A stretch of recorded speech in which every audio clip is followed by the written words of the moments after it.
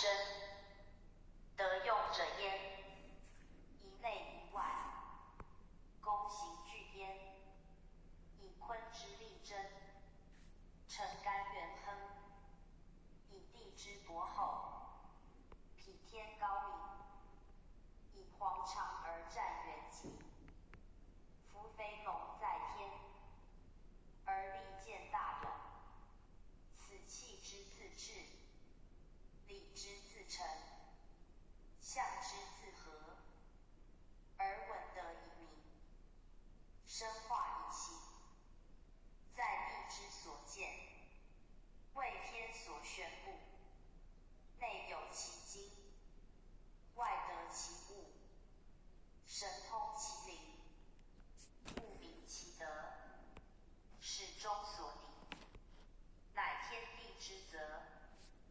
故黄长之战，而弗元吉也。坤至静而其用则动，至静而其色则稳，至柔而应刚，至顺而同天行。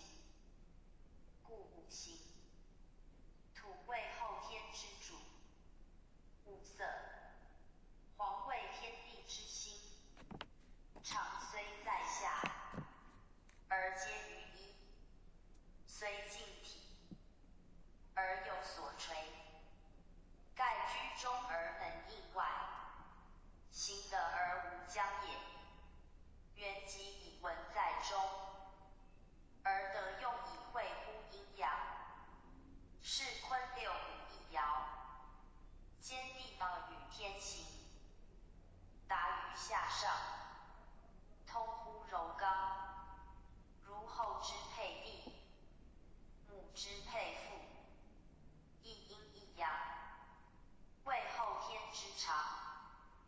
故有卦则有交易，有爻则有升降，有生化则有来往，有内外则有柔刚，二气既立，五行司章，大灾合化，万夫文章，因运而未雨润泽，对照而未日月明光，皆干之所施也，为坤之所受葬，此六五之元吉，而丞相乎黄长也。象曰：黄长元吉，文在中也，宣圣讲义，此生是爻辞之意也。坤之处于前位，含干之光，成干之德，以为前配，非寻常之品偶也。成乎天地之交，阴阳之神，超乎物象，达乎玄冥者也。坤以地而通天，以形而化气，以生易乾，以虚为实，以智为大，是谓玄玄。无上之德，无极之先，是曰太元。元吉象焉，盖有吉者有凶，有刑者，有生神，有故者，有赛与通，有数者，有异与同，为超乎一切，达乎至中，融乎行机，乃立于大同。斯曰至善，无善可嘉；斯曰元吉，无吉可夸。吉之又吉，不与凶比，故曰元吉。天道所执，凡易之名媛者，皆智也，皆玄也，以其无以加与，故曰元。元自痛无之形，邪玄之身，转人之阴，弥天之神，天地始